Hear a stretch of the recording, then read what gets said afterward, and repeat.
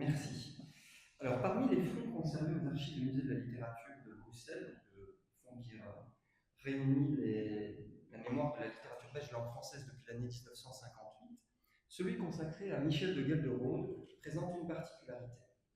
Avec ceux de Émile Verhaeren, mais également de Dominique Rollin, il comprend un cabinet qui réunit la collection d'objets hétéroclites que l'écrivain conservait dans son domicile de Scarbeck. Ces cabinets, à différents endroits, mais dans le librarium de la bibliothèque, sont exposés à Bruxelles. Mais un autre aspect singularise particulièrement ce fonds sur lequel je travaille actuellement avec des étudiants dans le cadre d'un groupe master pour lui consacrer une exposition, non pas à Michel de Gelderode, mais au fond, Michel de Gelderode. La particularité en question, c'est qu'il est constitué de plusieurs collections qui sont répertoriées de façon singularisante en fonction du nom du collectionneur. Et c'est ce que l'on voit donc sur la page du site web des AML. Ces collections donc, ont été progressivement intégrées au fonds de base de Michel de Gelderode, qui a été acquis par les AML auprès de sa veuve. Et parmi ces collectionneurs figure, c'est le deuxième, un certain Ange Raoué, qui est illustrateur de son état, peintre également, décorateur pour le théâtre, bruxellois et ami très proche de celui qui s'est fait donc connaître sous le pseudonyme de Michel de Gelderode, de son vrai nom en réalité Adhémar Martens. J'interdis évidemment à quiconque dans cette salle de voir dans le choix de l'écrivain sur lequel je travaille une dimension narcissique, et j'interdis évidemment à quiconque de voir dans ce que je viens de dire une dénégation. Alors, dans cette collection d'Ange Raoué, on trouve la carte de visite suivante, qui est datée de 1956. Alors, pourquoi diable offrir une carte à un ami proche qui vit de plus dans la même ville que lui, et que moi donc, puisque par ailleurs, je ne vous l'avais pas dit, mais en fait, Gelderode habitait à quelques centaines de mètres de chez moi à Bruxelles. Pourquoi donc lui envoyer cette carte de visite? Ça paraît a priori complètement inutile, d'autant plus qu'ils se voyaient chaque semaine, comme en témoigne leur correspondance de cette époque. Et au demeurant, l'écrivain notifie sur la carte même qu'il ne recourt guère à cette véritable carte de visite du bien nommé lui-même et son épouse, comme vous le voyez, puisqu'il n'allait, écrit-il, jamais en visite. Il qualifie en outre l'objet de survivance d'un monde bourgeois, en 1956, plus à la fin du 19e siècle ni à la belle époque, ce qui, sous la plume d'un écrivain qui a adopté un pseudonyme à particules, n'est pas sans marquer à minima une réticence.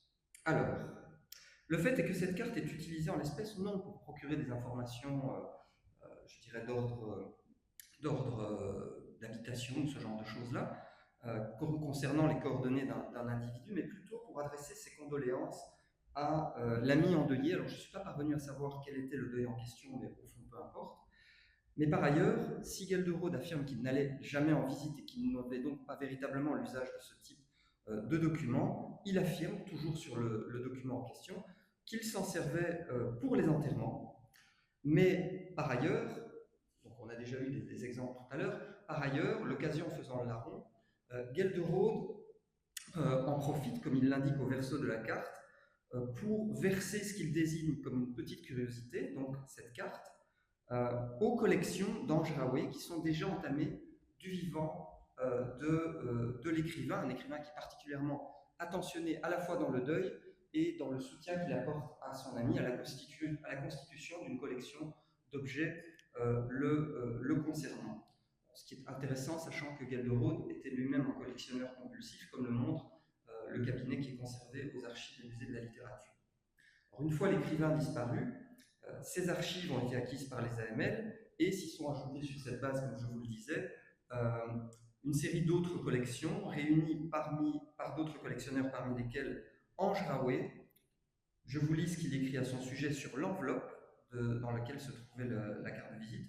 Ange Raoué, le plus rondouillard des anges, l'ange enfin le seul au ciel de Molenbeek, qui est un des arrondissements de Bruxelles bien connu depuis quelques années. Et cela sous le petit dessin d'une montgolfière, comme vous le voyez.